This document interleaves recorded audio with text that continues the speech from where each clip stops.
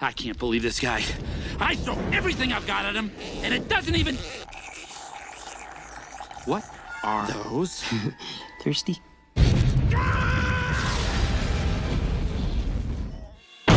Objection!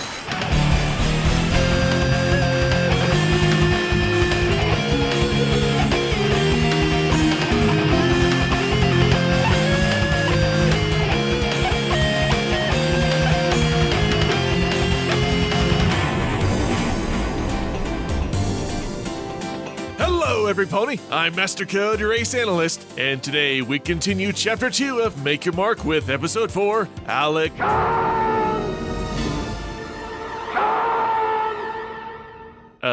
Right. Anyway, an interesting element that's been a staple of G5 is Sunny's mysterious Alicorn powers that seem to pop up every once in a while, much to the chagrin of the mayor. It's a quirky yet fascinating aspect that adds an air of mystery and intrigue to her character. So let's see what the kind and always positive thinking mayor is up to right now. Also, I have a really important announcement. Out of my way, jerk-ass! Huh.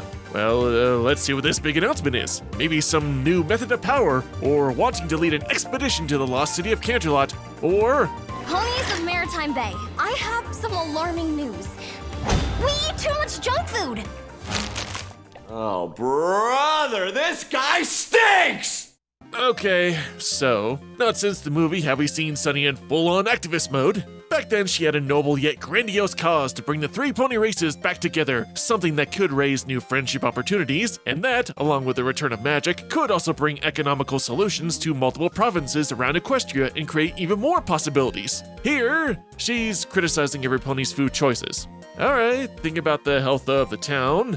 Fine. Look, it's a delicate balance when you have an activist type of character. You want them to have a positive outlook to change things for the better, but you don't want them to push an agenda that benefits only the one leading the platform, or have them force their ways upon others. I learned long ago, Lisa, to tolerate others rather than forcing my beliefs on them. You know, you can influence people without badgering them always. And Sunny is just riding that line that doesn't make her quite annoying in her efforts, but she's still kind of pushing it. Having Earth ponies continue to practice their newly acquired craft in a safe environment is a good idea, as it can produce, well, new produce. On the other hoof, saying no completely to junk food and saying some pony can't do something is not the way to gain an audience, because no pony wants to hear that they can't do something. Also, she said no to French fries! Get your communistic commie ways out of here, Sunny Commie Scout! We don't want him here!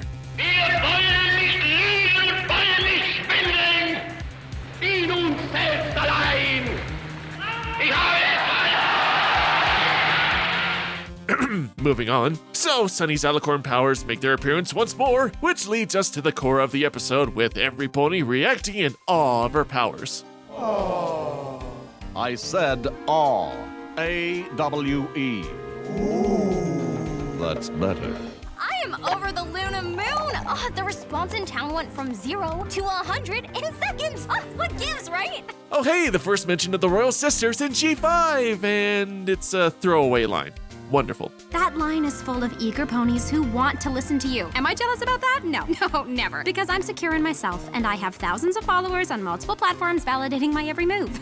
The B-plot, with Pip and her concern with social media popularity, just drags the episode. Not 3 episodes ago, Pip was worried about creative block, somewhat to please her audience, but because this is something that could affect her in other areas of life. And through help from her friends, she was able to overcome the issue. Here, it's partially somewhat jealousy and mostly regaining popularity just because. There's no real consequences, so I don't care. I know social media is her thing, but to subvert an interesting plot point and development for her only a couple episodes ago was just a waste. Maybe use that social media influence to help Sunny out with their platform? And of course, we have more Sparky Boom Man, but at least the whole Pip dilemma does have a few good laughs. My latest post only got 3 likes and 1 monkey. And I don't even know what a monkey means! Monkey! Meanwhile, thousands of miles away. So, Opaline's next destined to fail plan is to use Sunny's Alicorn powers for nefarious purposes. Sunny can transform into her Alicorn form? I've never seen this before. And she doesn't want to always be an Alicorn? If he could be turned, he would become a powerful ally. and Misty continues to be awesome and adorable. Another interesting reveal is the fact that Sunny's wings and horn, while translucent, are still physical objects. So I'm curious whether or not they can actually be damaged or even repaired every time she goes into Alicorn mode. Hopefully the show plays more with that in the future. But for now, we see Opaline trying to manipulate Sunny to use her powers to their fullest extent. Sunny. Is this me? Yes. Hello, me. Hello, you. I'm definitely not a villain. Ah yes, they sound exactly alike. If Sunny was 30 years older and took up smoking. Seriously, she can develop a fully produced illusion, but yet can't replicate her voice? And why doesn't Sunny question this mirror version of her, or even have more questions about the mirror itself? You are an Alicorn. You should be praised, admired, feared. Did I mention I'm not a villain? But I don't want that. You're saying I'm a villain, aren't you? Admit it. Also, what was the plan? Suddenly turn the kind and sweet pony into a monstrous tyrant and enslave Maritime Bay? How is this whole thing supposed to work? I don't know. This was dumb. Instead of her being obviously suspicious, just chime in every once in a while with words of encouragement or an ear to listen to, rather than say, use your Alicorn powers to take what's yours. Anyway, let's get back to the main plot with Sunny, her powers, and how the town only adores her for said powers. Now all of a sudden, they only care about the entity of the Alicorn and not the owner of the Alicorn magic itself. All for the sake of the plot. Now, I do appreciate that Sunny doesn't let the thirst for power go to her head, obviously. It even does change her attitude a little bit from earlier. I decided I'm going to make an announcement about this huge project I've been working on, and I want to get every pony involved. Only if they want to get involved, though.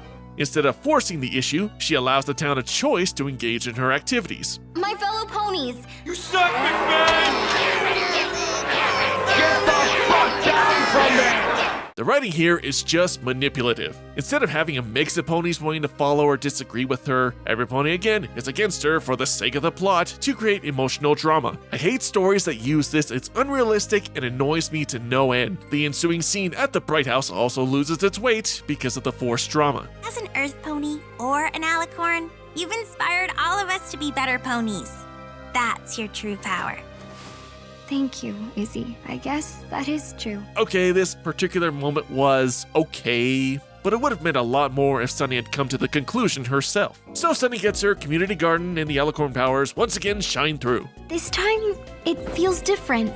I think I can only transform into an Alicorn when I feel like I'm truly helping some pony. Because that's my best self. So you can't just do it for any reason. It has to mean something special. Well, then what was the point of all the random Alicorn moments? Just the magic messing with her? And so the episode ends with learning a lesson about liking some pony for themselves and blah blah blah, I don't care. Other than a few funny moments, the overall story here is just disappointing. The town is full of jerks, the villain's plans make no sense, and logic is all up in the air. I guess we'll just see how things go with the next episode, the Cutie Mark Mix-Up. Well, that's it for today, guys. Until next time, MC out!